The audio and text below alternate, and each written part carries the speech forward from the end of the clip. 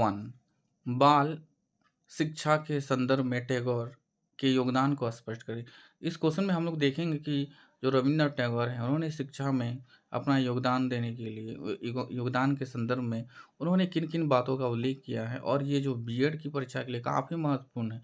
ये क्वेश्चन हर बार एग्जाम में पूछी जाती है। तो आज हम लोग जानेंगे रविन्द्रनाथ टैगोर आधुनिक भारत के महान शिक्षाविद, दार्शनिक, कवि और समाज सुधारक थे। उन्होंने शिक्षा को बालक के अनुकूल बनाने पर विशेष बल दिया। उस समय की शिक्षा प्रणाली रटने पर आधारित थी, क्योंकि जैसे पहले के देखते थे शिक्षा वगैरह में रटंतु ज्ञान चलता था, कोई भी बच्चा रटते रहता था। लेकिन रविन्द्रनाथ टैगोर ने रटने पर आधारित शिक्षा पर उस समय थी, तो उन्होंने उसको लगा कि ये वाला शिक्षा जो है काफ़ी कारगर और अच्छा नहीं है, तो जिसमें बच्चों की स्वतंत्रता और रचनात्मक का अभाव था। स्वतंत्रता में नहीं थी और रचनात्मक का अभाव ही था। टैगोर ने इस परंपरागत प्रणाली का विरोध करते हुए बाल केंद्रित शिक्षा, चाइल्ड सेंटर एजुकेशन का अवधारणा को विकसित किया।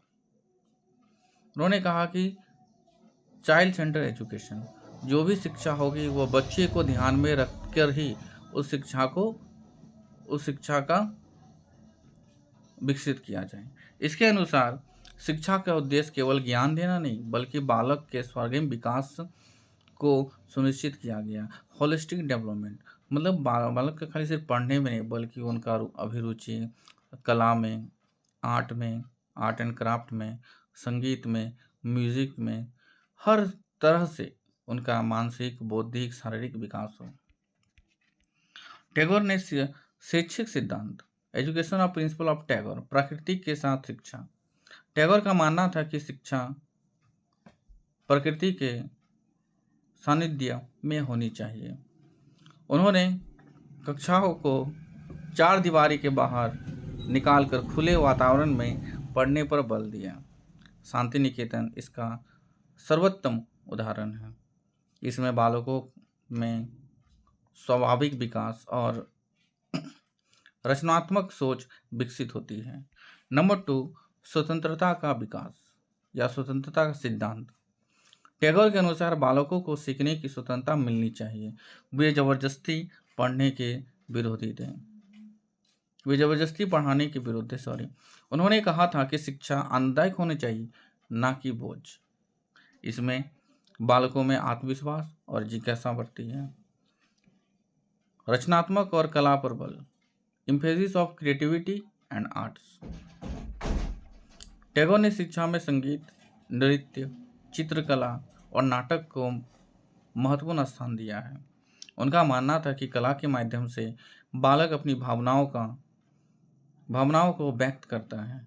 इससे बालक का भावनात्मक और सृजनात्मक विकास होता है। नंबर 4, अनुभव आधारित शिक्षा, लर्निंग बाय डूइंग। टैगोर ने करके सीखने पर जोर दिया। केवल किताबों पर पढ़ने के बजाय व्यवहारिक अनुभव पर बल दिया गया। इसमें ज्ञान अस्थायी और उपयोगी बनता है। नंबर 5, बालक की रुचि और आवश्यकताओं का सम्मान। टैगोर के अनुसार शिक्षा बालक की रुचि, क्षमता और आवश्यकता के अनुसार होनी चाहिए। सभी बच्चों को एक ही तरीके से नहीं पढ़ाना चाहिए। इसमें शिक्षा अधिक प्रभावी और रोचक बनती है। अंतर्राष्ट्रीयता, इंटरनेशनलिज्म। टैगोर ने शिक्षा को वैश्विक दृष्टिकोण से जोड़ा। उन्होंने विश्व भारती विश्वविद्यालय की स्थापना की। उनका उद्देश्य था कि विश्व को एक परिवार बनाना। इसमें बालकों के वैश्विक दृष्टिकोण और सहिष्णुता विकसित होती है। सामाजिक और नैतिक शिक्षा। इसमें हम लोग जानेंगे सामाजिक और नैतिक शिक्षा में टैगोर ने शिक्षा में नैतिक मूल्यों और सामाजिक जिम्मेदारियों पर जोर दिया। उन्होंने प्रेम, सहानुभूति और सहयोग की भावना विकसित करने पर बल दिया। शांति निकेतन का महत्व, रोल ऑफ शांति निकेतन। टैगोर द्वारा स्थापित शांति निकेतन उनकी शिक्षा प्रणाली का व्यवहारिक रूप था। खुला वातावरण, प्रकृति के बीच शिक्षा, कला और संस्कृति का समावेश, यह बाल केंद्रित शिक्षा पर आदर्श मॉडल है। टैगोर के योगदान का महत्व, शिक्षा को रोचक और आनंददायक बनाया, बालक की स्वतंत्रता को महत्व दिया, रचनात्मकता और नवाचार को बढ़ावा दिया। आधुनिक शिक्षा प्रणाली की नींव रखी। निर्कष, अतः स्पष्ट है कि रविन्द्रनाथ टैगोर ने बाल शिक्षा के क्षेत्र में महत्वपूर्ण योगदान दिया। उन्होंने शिक्षा को बालक के अनुकूल, स्वतंत्रता, रचनात्मक, अनुभव आधारित बनाया। उनके विचार से आज भी आधुनिक शिक्षा प्रणाली अत्यंत प्रासंगिक है। इसलिए कहा जा सकता है कि टैगोर का योगदान बाल केंद्रित शिक्षा की आधारशिला है। निम्नलिखित विषयों पर किन्हीं दो पर संक्षिप्त टिप्पणी लिखें। बाल केंद्रित शिक्षा विशेष संदर्भ में गांधी जी के योगदान को स्पष्ट करें। भूमिका, महात्मा गांधी एक महान राष्ट्रनायक, दार्शनिक और शिक्षाविद हैं। उन्होंने भारत शिक्षा प्रणाली की क्रांतिकारी परिवर्तन लाने का प्रयास किया।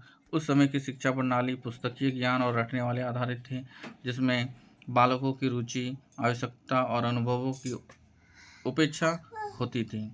गांधी जी ने इसके विपरीत बाल केंद्रित चाइल्ड सेंटर एजुकेशन पर बल दिया, नैतिकता, व्यवहारिक और श्रम आधारित शिक्षा को महत्व दिया। उनकी शिक्षा प्रणाली का बेसिक एजुकेशन या वर्धा योजना स्कीम 1937 का नाम से जाना जाता है।